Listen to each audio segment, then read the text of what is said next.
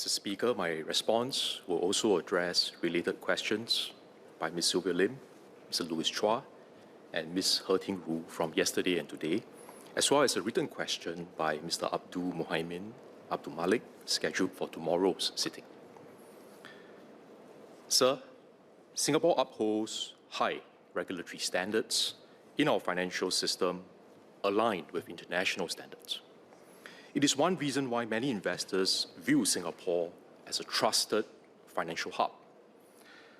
Like other global financial centers, having high standards does not mean there will be zero cases involving entities and individuals who break the rules or who fail to comply with our regulatory requirements.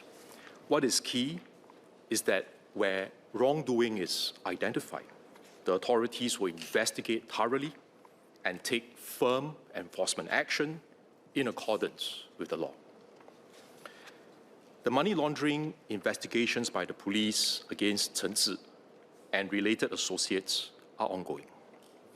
Enforcement operations were conducted on 30th October 2025. Arising from the enforcement operations, the police have issued prohibition of disposal orders and seized a range of assets, including properties, cars, bank accounts, and securities accounts. Prior to the indictment of Chen Zhi by the US, our police had been conducting probes into Chen Zhi and his associates. Thus far, MAS has identified two single family officers or SFO funds granted tax incentives that are linked to the sanctioned individuals. MAS has seized the tax incentives. As investigations are ongoing, I seek members' understanding that I'm not able to comment further on the details at this stage. Based on available data, over the past 3 years, about 3% out of 1,300 applications were rejected. Besides the rejected applications, some potential applicants also withdrew their interest to apply before submitting a formal application when questions were posed and requirements were clarified at the pre-application stage. As part of the tax incentive application process, individuals and entities are screened against databases to check that there are no reports on their involvement in illegal activities such as money laundering and terrorism financing. The SFO fund is also required to open and maintain an account with an MAS licensed bank and be subject to the bank's customer due diligence and ongoing monitoring checks, including detecting any unusual or suspicious transactions. MAS regularly reviews and refines its regulatory regime. It consulted on proposed changes to the SFO regulatory regime in July 2023. In addition to now requiring all SFOs based in Singapore, whether they are receiving tax incentives or not, to maintain bank accounts, SFOs will need to notify MAS upon the commencement of their operations and submit annual returns to MAS. The returns supplement MAS's ongoing surveillance efforts to maintain the integrity of our financial system. MAS and the financial industry will continue to review our surveillance and detection capabilities. But we need to adopt a sensible and calibrated approach and should refrain from a knee-jerk overreaction when cases happen from time to time. Similar to all major international financial centers, it is not possible to have zero incidents given the complex nature of the financial services industry and the high volume of daily transactions. In addition, combating financial crime requires a global effort, as illicit fund flows are often cross-border in nature. In the Prince Holdings case, the US seized $15 billion in bitcoins, US 15 billion in bitcoins, and the UK froze 19 properties. It was announced yesterday that Hong Kong and Taiwan have also recently moved to seize substantial amounts of assets and have made arrests. All major financial centers have to remain vigilant and work together to combat financial crimes. Sir, SFOs linked to individuals convicted of money laundering offences represent a very small proportion of the overall sector, at less than 1%. We have to remain open to bona fide family office and genuine investors to continue growing our financial services industry and creating good jobs for our people. As at end 2024, the wealth management and private banking functions in banks employed more than 13,000 locals, and high net worth clients also use other service providers such as legal and tax advisors, fund administrators, and accounting firms. Compared to other financial centres, many industry stakeholders already consider Singapore to have more stringent due diligence standards for high net worth clients.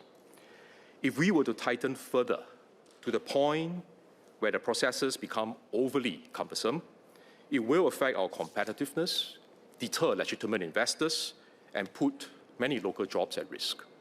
This is not the outcome we want for Singapore. There's a Chinese saying that when we open the windows, some flies may also enter.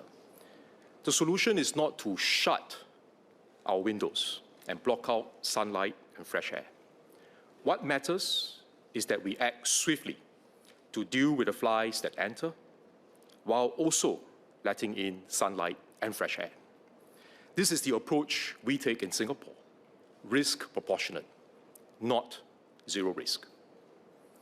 MAS will continue to take a risk proportionate approach to maintain our status as a trusted financial centre. MAS expects our financial institutions to do the same, so that we collectively maintain high standards while keeping our system efficient and competitive. Singapore will also continue to work closely with our international counterparts to deter and enforce against bad actors who operate across different jurisdictions. Thank you, Speaker. 3 SQs for the Minister. Given that Prince Group's scam operations were publicly documented by English language investigative media as early as February 2024, and even earlier in July 2022 in Chinese court notices, did MAS conduct any midterm reviews of DW Capital Holdings between 2018 and the US action in October 2025? And if not, why not? Second SQ. I thank the Minister for his metaphor. I think there are a lot of flies in the house. So as more cases of criminality associated with family offices that have been set up in Singapore have come to light, will the government start to work on the assumption that illicit money generated by scams and other cross-border crime has already penetrated Singapore? And therefore, will the government mandate enhanced due diligence on existing client relationships across all regulated financial sectors, not just new client onboarding? Third SQ, further to my previous question, will MAS require all existing 13O and 13U tax incentive holders, and not just new applicants, undergo mandatory rescreening? Speaker, before I answer the questions, may I ask Mr. Tiong to clarify if the Workers' Party's position is that we should adopt a zero-risk approach, or would he agree with me that we should adopt a risk-proportionate approach, set high standards, but also maintain the efficiency and competitiveness of our financial system? There's a pattern of ministers and political office holders asking very rhetorical rhetorical questions which have no meaning, which are Mr. Tiong, you could just respond to him, to Minister. So the answer is no, and I don't think it is the Minister's point of view that you should, in fact, have a zero-risk approach, because it's impossible. So he's asking a stupid question. So I think it is not quite appropriate for Mr. Tiong to use the word stupid when we are having a discussion in this House. I asked him a question to clarify what is his position, and I respectfully ask him to withdraw that comment and to apologize. I do withdraw that comment. I will maintain that that question is not a meaningful question. Thank you. Mr. Speaker, I'm disappointed that Mr. Tiong chose to conduct this discussion in this manner. I only wanted to clarify the position so that I can give him a considered response. And, earlier, some of his other colleagues, including Mr. Pritam Singh, leader of the opposition, said that the Workers' Party will be a responsible opposition party. And I hope Mr. Tiong bear that in mind in our future discourse. So I thank the Workers' Party, Mr. Tiong, for agreeing with me that we should not adopt a zero-risk approach. I think that's the key point that I wanted to clarify. So he could have just said that and not add on all the other additional comments. So if we agree with that, it is not practical to adopt a zero-risk approach, then I think we can take a look at then what are some of the moves that we can make to maintain high standards on one hand. That's important. We want to remain a trusted financial center, and at the same time, remain efficient and competitive. Having high standards is not at odds with being efficient and competitive. If Mr. Tiong believes that being inefficient, being overly cumbersome, adopting a zero-risk approach, being overly risk-averse is the right way to go, I think if we follow his advice, our financial hub status is at risk. We need to take a risk-proportionate, calibrated approach, just like all other major international financial centers. Maintain high standards, deter bad actors, take action against them when we discover wrongdoings. No doubt about that. That is our position. But at the same time, welcome genuine investors, legitimate family offices who want to set up and grow our financial services industry here and create jobs for our people. That is the approach that Singapore wants to take. Now, with regard to the first SQ from Mr. Tiong, the reports that have surfaced, I mentioned in my main reply that the banks have also been taking action in monitoring the situation, and we do reject some of the applications. We do reject some of the applications, and some of them they withdrew after we asked questions. The banks asked questions, and there's also a system whereby the financial institutions would file suspicious transaction reports, or what they call STRs. And this was something that the banks, the financial institutions have been doing earlier. But we need to bear in mind that STRs on their own do not equate to offenses being committed. It is just a suspicious transaction that is being highlighted. So for the police would have to take a look at these early signals, and including the STRs that are filed, and conduct further inquiries on their own, including looking at financial intelligence that they have picked up. And this is what the police had done. They have also worked with their foreign counterparts to gather further information on the case, because, as I mentioned in my main reply, this case involves not just Singapore, but many other jurisdictions. And after the news broke in October 2025, SPF reached out to international counterparts to gather more information on criminality with nexus with Singapore to further its investigations, and then took action on 30th of October, as I mentioned in my main reply. Mr. Tiong also asked, I think he made a comment that there are many flies in the house. I don't know which house Mr. Tiong is referring to, but as far as we are aware, the House of Singapore, we do not have many flies. I mentioned earlier that the SFOs that are involved in money laundering and are convicted for money laundering represent less than 1%. So if we accept that we do not want to have zero risk, and we accept that when we open the windows to let in sunlight and fresh air, that there will be some flies, I think less than 1%, to me, doesn't mean that there are many, many flies in this house. And I also mentioned that when we detect those flies, we'll deal with them firmly. I think that is the key. Not to aim for zero, not to go for zero risk, but when we detect any cases of wrongdoing, when we detect any flies, we go for them. We take a firm enforcement approach.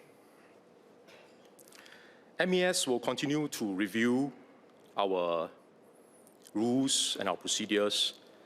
I think Mr. Tiong is mistaken that we only do the checks at the point of application and not on an ongoing basis.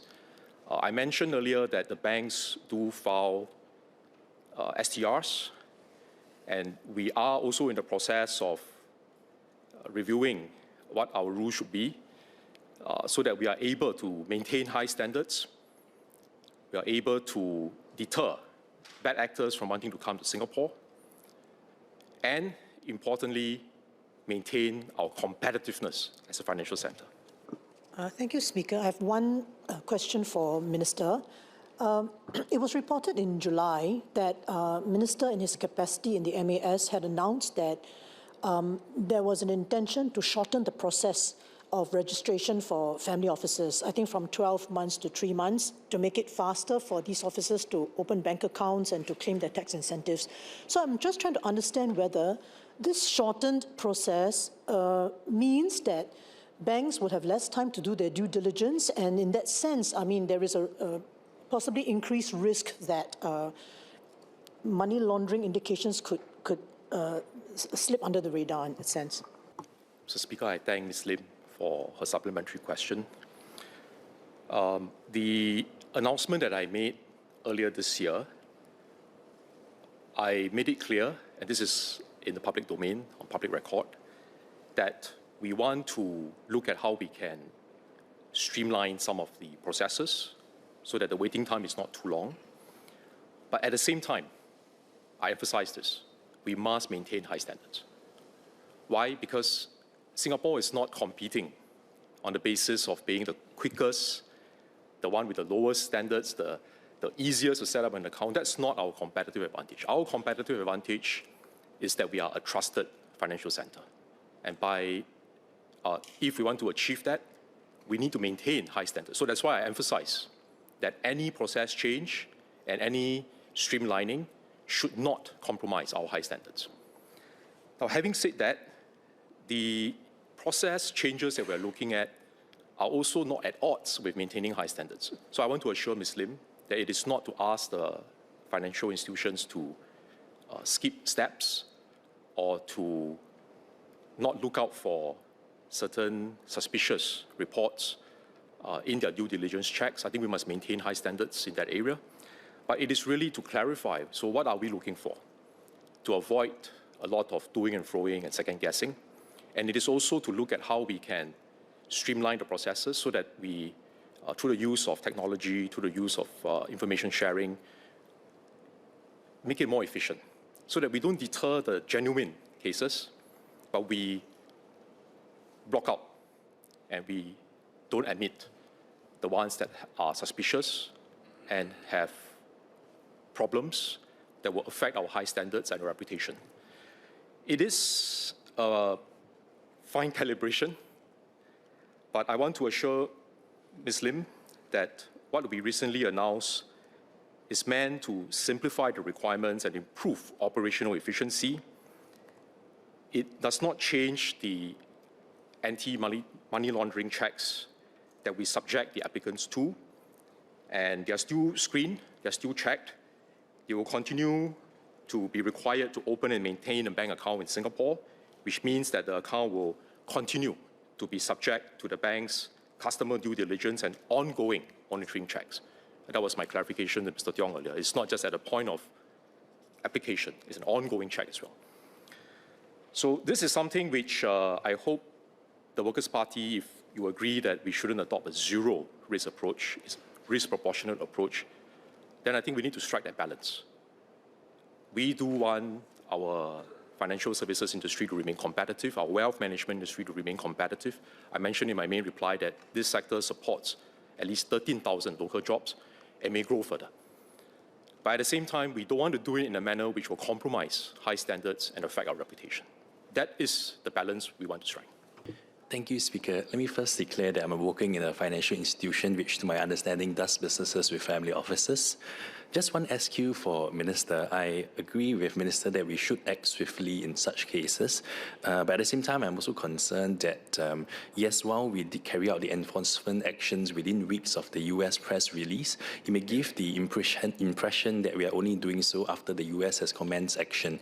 And so I wanted to understand, based on what Minister has shared and based on the SPF's press release, that from the time we received the STR notification in 2024, what has been the reasons for the delay in terms of the actions taken against this group, and whether it's because of the lack of evidence or what were the rationale behind the 1 year plus delay? Thank you. Mr. Speaker, I thank Mr. Chua for his question. It's kind of similar to what Mr. Tiong asked earlier, and I did explain the process of how we deal with STRs that are filed by the financial institutions. But please allow me to maybe reiterate some of the key points. So the FIs, the financial institutions, filed STRs earlier. This was before the US made public that they are taking action against Chen Zhi and his associates. And these STRs are part of what the authorities would take into account in assessing whether further investigation will be required and further action will be required. I think Mr. Chua is familiar with how this works. He's from the financial services industry. STRs on their own may not equate to an offense being committed. It is just to highlight that there could be what looks like a suspicious transaction. So it's an early risk signal that will need to be looked into, but on its own does not constitute an offense has been committed. So the police will need to look at that and consider other sources of relevant information, including working closely with their international counterparts. If you look at what's happening to this Prince Holdings case, it is not just in Singapore, where the authorities have taken action in recent weeks. I mentioned in my main reply that Hong Kong, Taiwan, UK are also some of the other jurisdictions that have done the same. So I think this is the nature of such operations. We need international collaboration. We need to share intelligence and information with our counterparts. And depending on how they structure their complex operations, we then work together to see how we can put a stop to it. It requires global cooperation. Thank you, Mr. Speaker. I'm not sure I heard the Minister accurately, so I just want to ask for good order.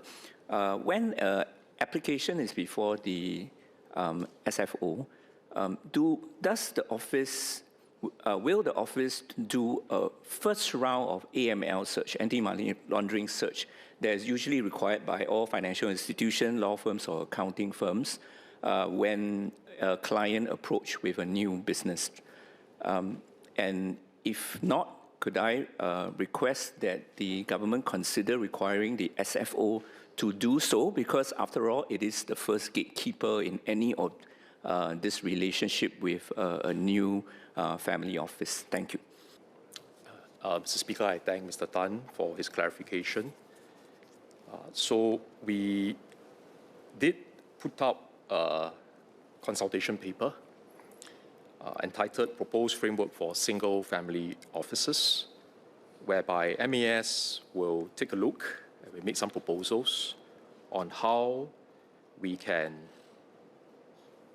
subject the SFOs to a class exemption, licensing class exemption framework, which will require them to notify MAS of their presence and to comply with specific requirements, such as the SFO and its fund vehicle maintaining a Singapore bank account, and thereby subjecting all SFOs to anti-money laundering controls.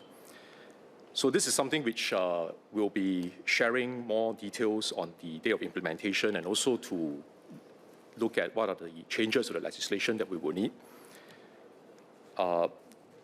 The point that Mr. Tan mentioned earlier about doing the checks, we do that we do that at 2 levels.